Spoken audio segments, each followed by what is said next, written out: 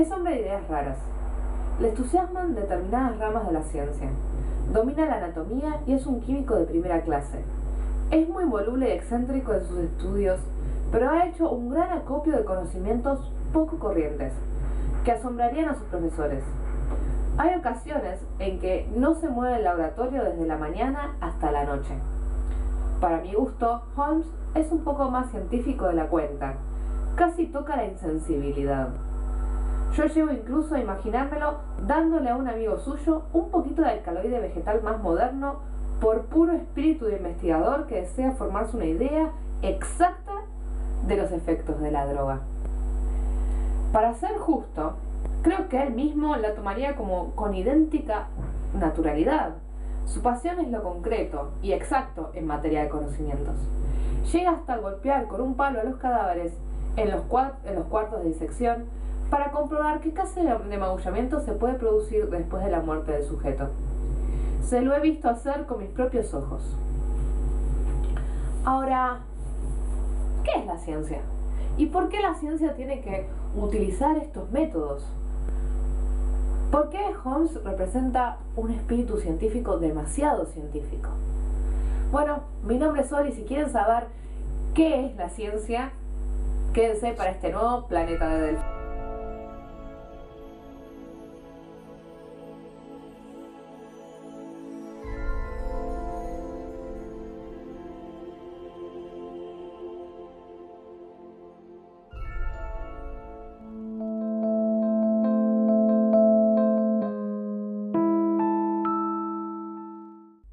Bueno, recién estábamos leyendo un trozo de Estudio en Escarlata de Sherlock Holmes. Esta es una edición muy buena que tiene además muchas cosas interesantes para conocer la historia de este famoso detective.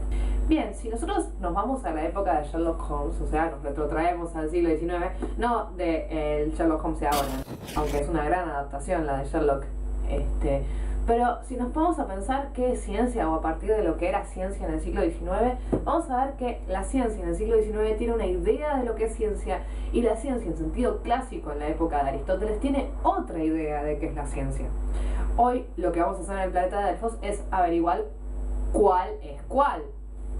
Bien, si nosotros nos quisiéramos referir a la ciencia de la época de Sherlock y un poco a lo que la ciencia piensa que es hoy en día, tendríamos que hablar del método y cómo nosotros podemos llegar a descubrir los hechos positivos. De ahí el espíritu positivo. ¿Qué significa hechos positivos? ¿Significa que estamos todos alegres y felices? No, significa aquellos hechos y los cuales podíamos ver y tocar, como dice Watson al principio. Él estaba, digamos, apasionado, o su pasión era lo concreto. ¿Sí? Entonces la ciencia para este momento va a ser todo conocimiento metódicamente adquirido y sistemáticamente organizado. ¿Qué significa? Que la ciencia se basa la adquisición de conocimiento mediante el método. Para la época de Sherlock Holmes, el método va a ser el método científico. ¿En qué se basa? Se basa en lo siguiente. Primer paso, la observación. Como ustedes van a ver en muchos episodios, y se los recomiendo como otra adaptación de Sherlock Holmes, aunque no sé si ustedes se habían dado cuenta, a House.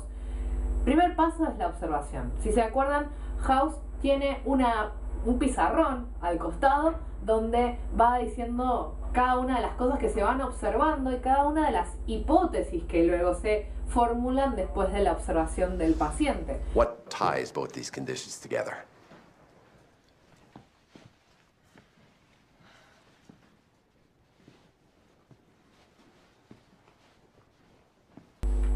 Luego de eso, segundo paso, normalmente en los capítulos de House, aparte de empezar a poner las cuestiones en la pizarra, las observaciones y cada una de las cosas, es la experimentación. Uno empieza a experimentar, ¿no? Como decía acá Watson, era capaz de darle, ¿no?, un alcaloide, lo que sería un compuesto químico, para ver cómo reaccionaba frente a eso.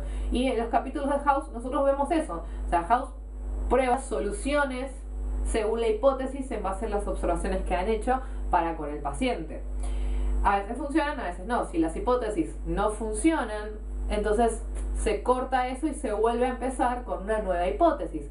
Eso una y otra vez es el método científico y la definición de ciencia puesta en acción, ¿sí? Y siempre dependiendo de este método científico que, por así decirlo, empieza a ser ensayo y error. O sea, junto las cosas en una pizarra y luego empiezo a experimentar una y otra vez a ver si da el resultado que yo espero. Si no da el resultado que yo espero, vuelvo al principio a experimentar. Ahora, ¿la ciencia fue siempre así? En la parte de la observación les puedo asegurar que sí. Pero hay una cuestión. Cada vez que uno ve uno de estos capítulos de House y los piensa una y otra vez, lo cierto es que piensa lo siguiente. ¿Qué tienen que descubrir para que empiece a funcionar el remedio? Y es algo que los antiguos en sentido clásico tenían muy claro y tiene que ver con el video pasado. Justamente lo que les falta o lo que necesitan descubrir para aclarar que es una enfermedad es la causa. Y ahí vamos con el problema y el meollo de la cuestión y lo que va a distinguir la ciencia en sentido clásico de la ciencia en sentido moderno contemporáneo. Para Aristóteles y para gran parte de los antiguos hasta la modernidad, la ciencia era el conocimiento cierto por las causas. O sea, ¿qué quiere decir? Que una vez que yo conozco la causa de algo, para Aristóteles y para todo el mundo clásico, significaba que yo podía conocer ese algo. Una vez que yo conozco el porqué de algo, sé cómo funciona ese algo. Entonces Aristóteles llama ciencia todo conocimiento que es cierto por las causas. Ahora, pero si el conocimiento es cierto por las causas, ¿tiene un método? Sí.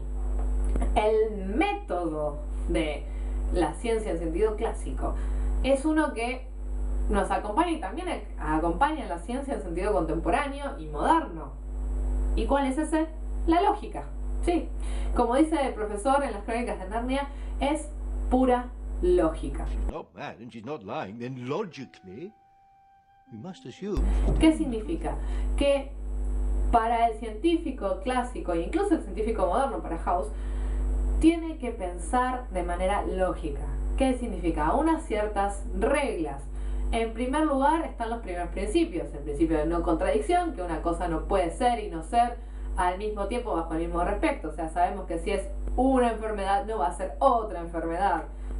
Puede ser que tenga los mismos aspectos, pero nunca que sea una y distinta. Y eso nos va al segundo principio, que es el principio de identidad. Son principios lógicos que están en la realidad y los podemos ver siempre. Ahora, ¿cuál es la ciencia que es la filosofía? La filosofía es ciencia en el sentido clásico, conocimiento cierto por las causas. La filosofía es la que va a intentar, mediante método deductivo e inductivo en algunos casos, de averiguar mediante la lógica cómo funciona el mundo. ¿Sí? Todo es filosofía, podríamos decir, porque nosotros los filósofos buscamos las causas de todo. ¿Sí? ¿Y cuál es mejor? ¿La ciencia positiva o la ciencia de las causas? Y yo les diría que la ciencia una y la ciencia otra se complementan unas a otras, ¿sí? La filosofía busca las causas de todo y busca entender el porqué del comportamiento humano. La ciencia, en sentido positivo, busca entender cómo funcionan las cosas, no el porqué de las cosas. Entonces, ¿se necesitan mutuamente? Sí, por supuesto. Gracias Jurassic Park por la maravillosa banda de sonido y por decirnos peligroso de clonar dinosaurios. Lo cierto es que ciencia puede ser en sentido contemporáneo todo conocimiento metódicamente adquirido y sistemáticamente organizado. Y la ciencia en sentido clásico puede ser el conocimiento, o es el conocimiento cierto por las causas. Ahora, la pregunta que es para ustedes: ¿son excluyentes estas dos formas de ver la ciencia o son complementarias? ¿Cuáles son los problemas que tenemos si seguimos solo a una y no tomamos en cuenta a la otra? Bueno, les dejo la pregunta para que respondan en los comentarios, para que se suscriban si quieren y para que vean nuestros otros videos. Y bueno, nos estamos viendo en el próximo Planeta de Delfos.